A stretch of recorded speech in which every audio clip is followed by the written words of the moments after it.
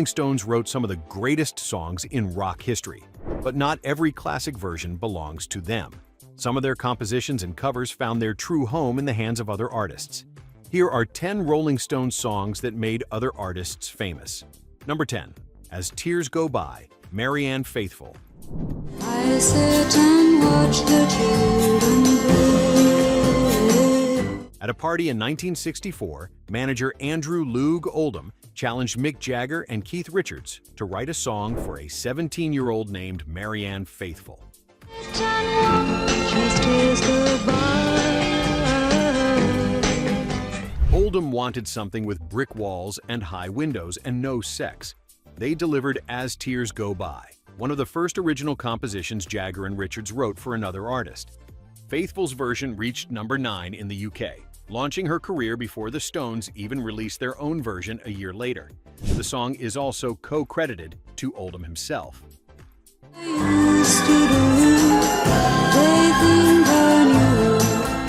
Number 9. Honky Tonk Women, Ike and Tina Turner.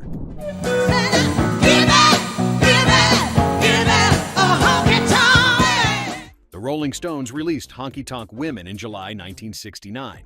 Ike and Tina Turner, who had opened for the Stones on their 1969 U.S. tour, incorporated the song into their live sets and recorded it for their 1970 album, Come Together.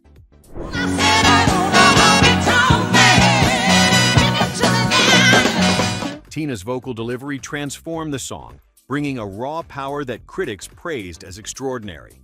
That fierce performance style laid the groundwork for the reputation that would carry her through her spectacular 1980s solo career.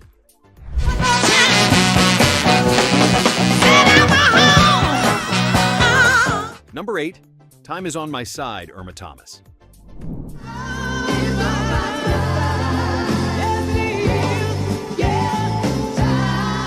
Irma Thomas recorded her version in New Orleans in early 1964 for Imperial Records.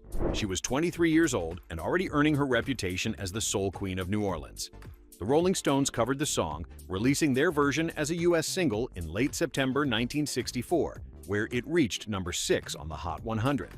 You're searching for good times, better just wait and see.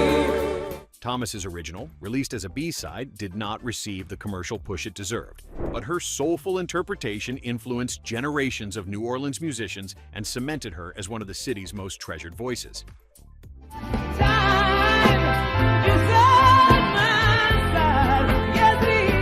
Number 7. Jumpin' Jack Flash, Aretha Franklin.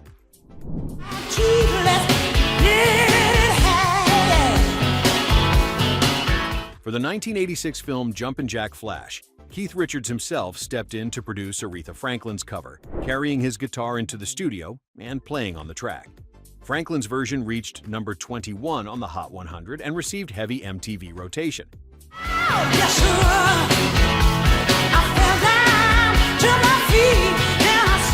It reminded listeners that Franklin, at 44 years old, could still make any song her own.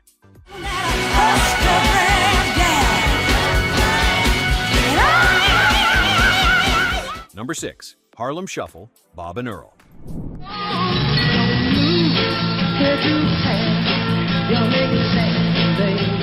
Bob Relf and Earl Nelson recorded Harlem Shuffle in 1963.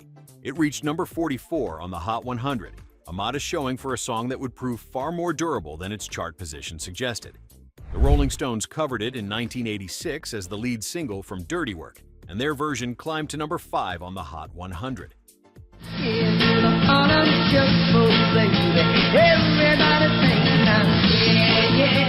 But it was Bob and Earl's original that became a soul and northern soul classic, the version DJs and dancers kept returning to long after the charts had moved on.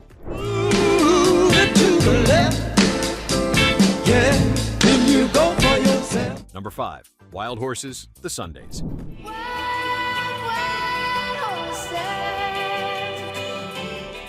Written by Jagger and Richards, first recorded by the Stones for Sticky Fingers in 1971.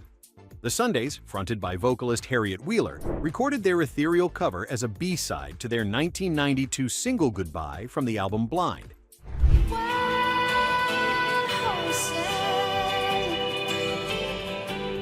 The track later appeared in the 1996 film Fear, and most memorably in the Buffy the Vampire Slayer episode The Prom in 1999, where it soundtracked one of the show's most emotional scenes.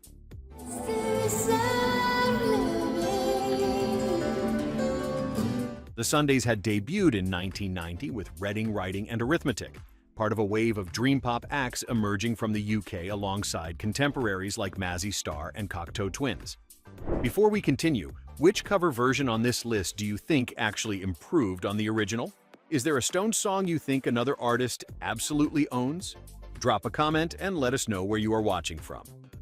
Number 4. Play with Fire, Marianne Faithfull. Still be here for you, whatever happens, it's true. Released as the B-side to The Last Time in February 1965, Play with Fire showcased a darker, more menacing side of the Jagger and Richards songwriting partnership. Play with me, 'cause you're playing with fire. Faithfull, who was 18 in 1965, incorporated the song into her own performances and recordings, reinforcing the moody, dangerous identity that set her apart from the cheerful pop singers of the era. My heart was in your heart. Number 3. That's How Strong My Love Is, O.V. Wright. Cast upon the land, and that's a bad situation to be in.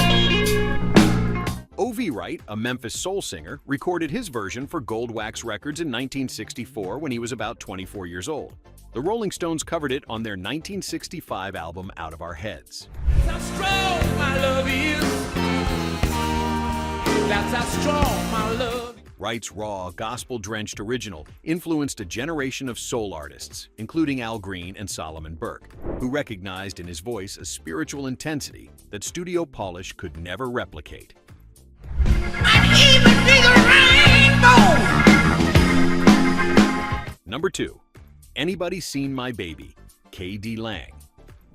He was born beautiful, closer to ethereal, with a kind of down to earth. The Rolling Stones released Anybody Seen My Baby in September 1997 on Bridges to Babylon.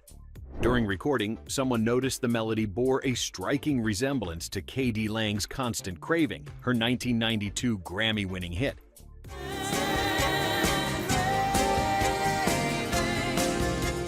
Rather than face a lawsuit, the Stones did the right thing and gave Lang a co-writing credit.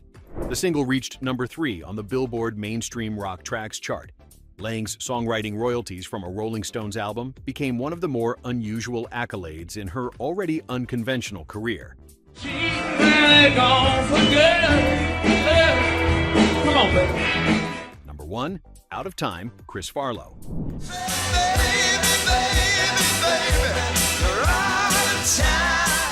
Mick Jagger himself produced the session. Chris Farlowe, a London-born blues singer with a powerful voice, recorded Out of Time in 1966, and it went straight to number 1 on the UK singles chart. Giving up your social world, you can't come back, be the first in line. The Rolling Stones had recorded their own version for Aftermath, but it was never released as a single and never reached number 1. Farlowe's version did what the Stones' own recording could not.